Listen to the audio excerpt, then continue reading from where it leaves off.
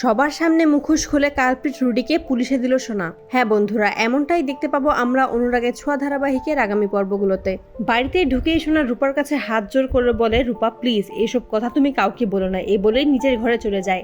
দরজা বন্ধ করে কাঁদতে থাকে। তখনই রুডি ঘরে প্রবেশ করে। সোনার সামনে নাটক করে বলে, আমি তোমাকে অনেক ভালোবাসি। আমি চেয়েছিলাম আমাদের ভালোবাসার মুহূর্তগুলো রেকর্ডিং করে রাখতে।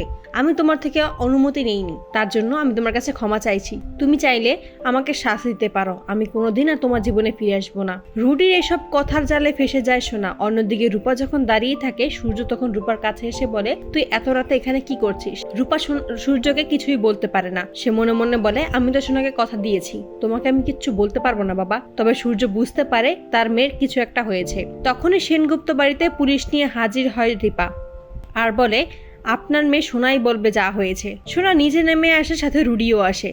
দীপা রুডির দিকে আঙুল তুলে বলে, অফিসার এই ছেলেটা আমার মেয়ের সাথে অসভ্যতা করেছে। যা শুনেই চমকে যায় সোনা। রুডিকে মারতে যাবে, তখনই সোনা আটকে দিয়ে বলে, এটা আমার আর আমার হাজবেন্ডের মধ্যের ব্যাপার। সেটাই মা ইস্যু করে এত বড় ঘটনা করেছে, যার জন্য পুলিশ ডেকে নিয়ে এসেছে। মা আসলে চাইছে রুডিকে আমার জীবন থেকে তাড়িয়ে দিতে। দীপার দিকেই দোষের আঙুল তুলে সোনা। দীপা অবাক হয়ে যায় সোনার এসব কথা শুনে।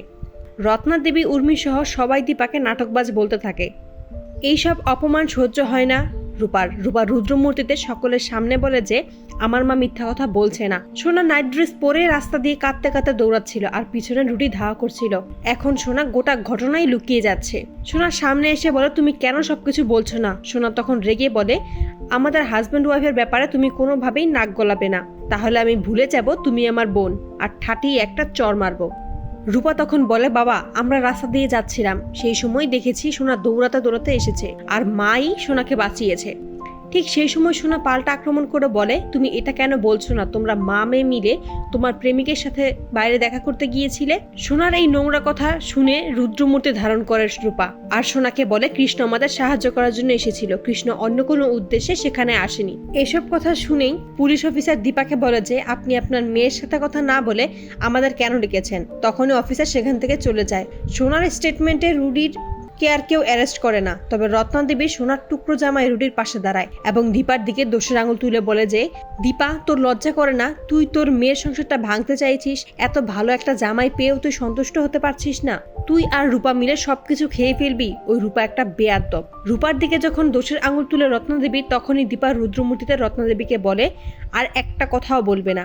আমার থেকে খারাপ আর কেউ হবে না যদি আর একটা কথা বলো। প্রয়োজনে আমি তোমাকে এই বাড়ি থেকে বের করে দেব। দীপার রুদ্রমূর্তি দেখেই ভয় পেয়ে যায় সবাই। বুঝতে পারে রূপার অসম্মান কোনোভাবেই দীপা মানবে না, সন্তানদের ক্ষতি কোনোভাবেই দীপা মানবে না। তো বন্ধুরা, তোমরা এটাই তো চাও, এভাবেই যেন রুডির আসল উদ্দেশ্য যেন সকলের সামনে ফাঁস করে দীপা, আর রূপা রুডিকে যেন উচিত শিক্ষা দেয়। কমেন্টে জানাও।